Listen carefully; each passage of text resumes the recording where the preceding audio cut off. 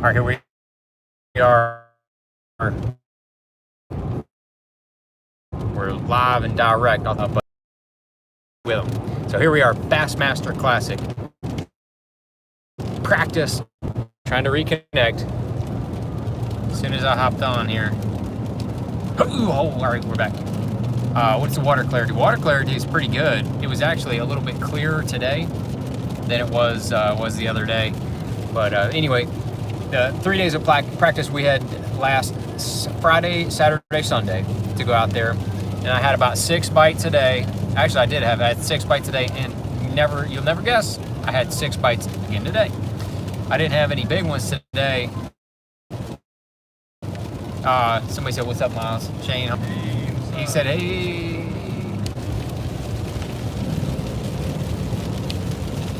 Let's see if we can reconnect. Okay, here we are. We're back. Sorry about that. We're in the hills of Alabama here, trying to bring you some live YouTube action. But so last Friday, Saturday, Sunday, had about 6 bites a day. Had 6 bites again today. But the bites I had in practice was averaging a little bit better. Not what I've been averaging today. Today was would not have been pretty to put on the scales. But I was really trying to expand and find a couple new areas to tack onto. Get clear after this. I don't want to die in this car with Andy. He's a very good driver, but just trying to help him out, you know. So today it was a little bit different because we had overcast skies, and the overcast skies are not what we're going to have. We didn't have those last weekend, and we're not going to have them in the tournament. So, you know, that's why I was trying to run around and cover a lot of water and expand and find a new area or two. I found one little area I feel like had a concentration of fish, but they're just, you know, probably not the right ones. Maybe get something will happen. But I can't read these comments coming in. Okay, now I can. So what weight do you think it'll take to win the Classic? I think it will take over 60 pounds. I think in the mid-60s, 65, 66 pounds. There's just too many big ones out there on Gunnersville. Just way too many big ones. And somebody's going to string together 5 good ones each day. Hopefully that dude is me. I feel indifferent about it. Ripping Lips, what's up? I feel indifferent about it right now. I feel like the potential's there, but also I don't have any one particular area where I feel like I can go to and just crush them. So I don't know. Yeah, weather's been kind of silly. Up at the lake, you know, the rain that they've got in the last 2 days has not. I didn't see it really affect any area that we went to, and we ran around a bunch. So that's neither good nor bad. It is.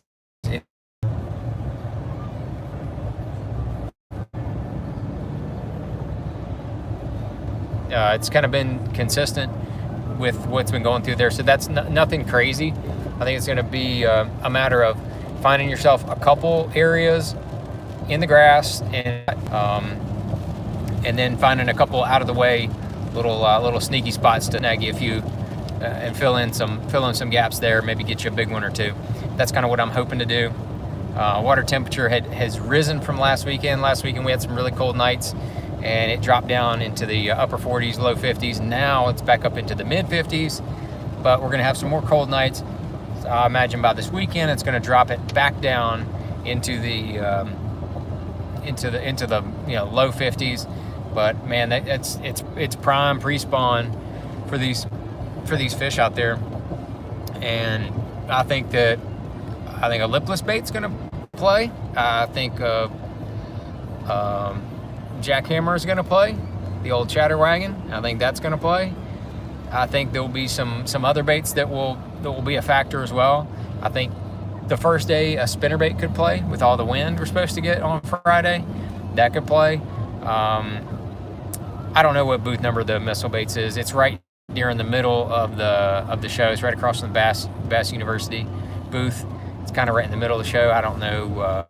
I don't have it off the top of my head. So, but yeah, I think a jig could be a factor as well. swim jig and a football jig and a flipping jig. I think all three of those could play, and a crankbait. Definitely a bunch of different crankbaits. I think riprap and the bridges will come into play. Just got that question a little bit. They're not near. When Randy won back in 14, there was a bunch. There were a bunch of fish on those deals. They're just not there like they were, but there's always fish on those bridges. And yeah, that way. So this is we're going through. Is this Cleveland? We're in Cleveland. Cleveland, Alabama, and they are putting in a traffic circle, and it is the craziest thing I've ever seen. Look at this. Look at this craziness. It's insanity. It's total insanity. But that's what's going on there. Best colors. I've got bit on shad colors and the red crawfish colors. I don't know what. I think just the watercolor. Some of the water is a little clearer, and some of it's a little in the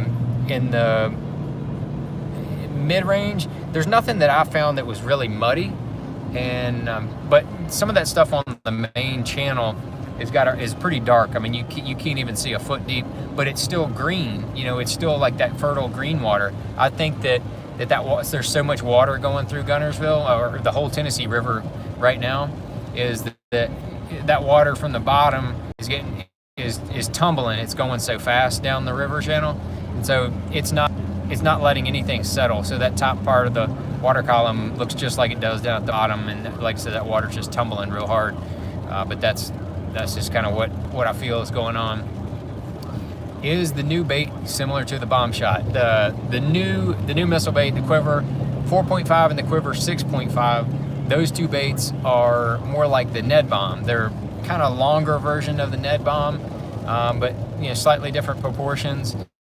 Obviously, the tail portion's much longer, and believe it or not, I do not even have a single one up here in the truck to show you. But we put a bunch of stuff out online about those now, and we've got a lot of underwater footage we're cranking out, showing you guys. Old Miles Wickham there in the back, he was all over that underwater footage, bringing you that. So yeah, I'll just leave it open to a few more questions. How much do you think how much do I think I'll weigh tomorrow? Well, I'm not going to weigh anything tomorrow.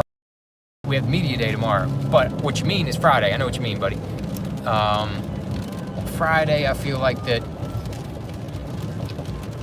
with all that wind, the weights are going to be down a little bit from what some of them are not going to get. I could catch anywhere from, just depending on what areas go off, I could catch low teen, I could catch mid-20s. I don't know.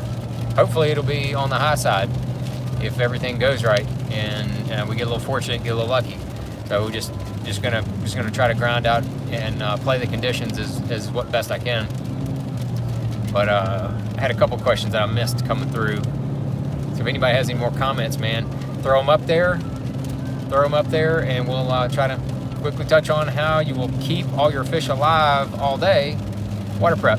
I tell you, with the water temperature as cool as it is, the mid 50s, just filling up your water in your live wells, keeping that recirculate going, and so that their metabolism's so slow, it's not a real factor. Plus, they're a big factor for bacteria when the water's this cold. So keeping fish alive is not real hard this time of year, and the fish are so healthy. These fish are like butterballs out here on Guntersville. It's like little Thanksgiving turkeys landing into your line. The new baits will be available starting tomorrow at the expo if you can get in there, or I think Friday on most